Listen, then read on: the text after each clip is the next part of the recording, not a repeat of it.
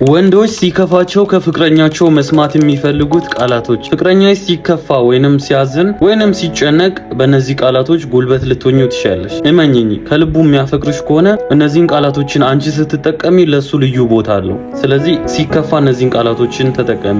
እነዚህን 3 ጉልበት የሚሆኑ ቃላቶችን ስትጠቀሚ ይበልጡኑ ላንቺ ያለው ፍቅር ይጨምራል፣ ይበልጡኑ ይጠነክራል። የእውነት የሚያፈቅርሽ ከሆነ ማለት ነው። የእውነት የማያፈቅርሽ ከሆነ ለሱ ምንም ናቸው እነዚህ ቃላቶች። ውስጡ ትክክለኛ ፍቅር ካለው ግን እንደሱ የሚበረታ የለም፣ እንደሱ የሚጠነክር የለም። ሲከፋው ሲጨነቅ ሲደክመው እንደዚህ በይው።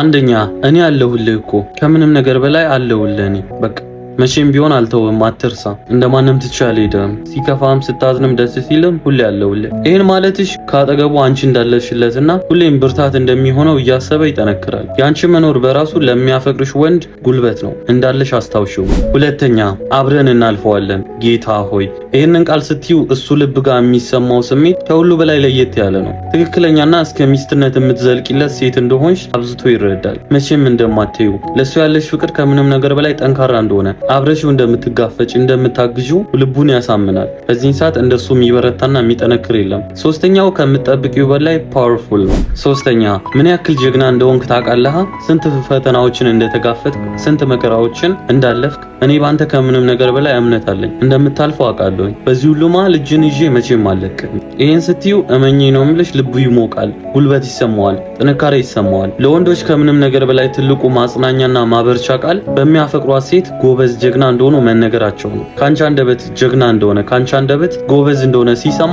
ለሱ ኖርማል ቃል አይደለም። ከምንም ነገር በላይ ይበረታል፣ ይጽናናል፣ ይጠነክራል። በትንሽ ጊዜ ውስጥ ተጽናንቶና ሊያረገው ሲታገል ድጋሚ በእግሩ ቆሞ ሲሞክር ታዩዋለሽ። ይህንን እያረገ ከሆነ አንድ ያፈቅርሻል፣ ሁለት ደግሞ በአንቺ ከምንም ነገር በላይ እምነትና ጽናት አለው። ይህንን ወቂ። እነዚህን ቃላቶችን ፍቅረኛችሁ ሲከፋቸው ተጠቀሙ። ከምንም ነገር በላይ ጠንካራ እንዲሆኑ ያደርጋል። ለወንዶች ብቻ ነው። ለሴቶች ቀጣይ ቪዲዮ ሰራለሁ።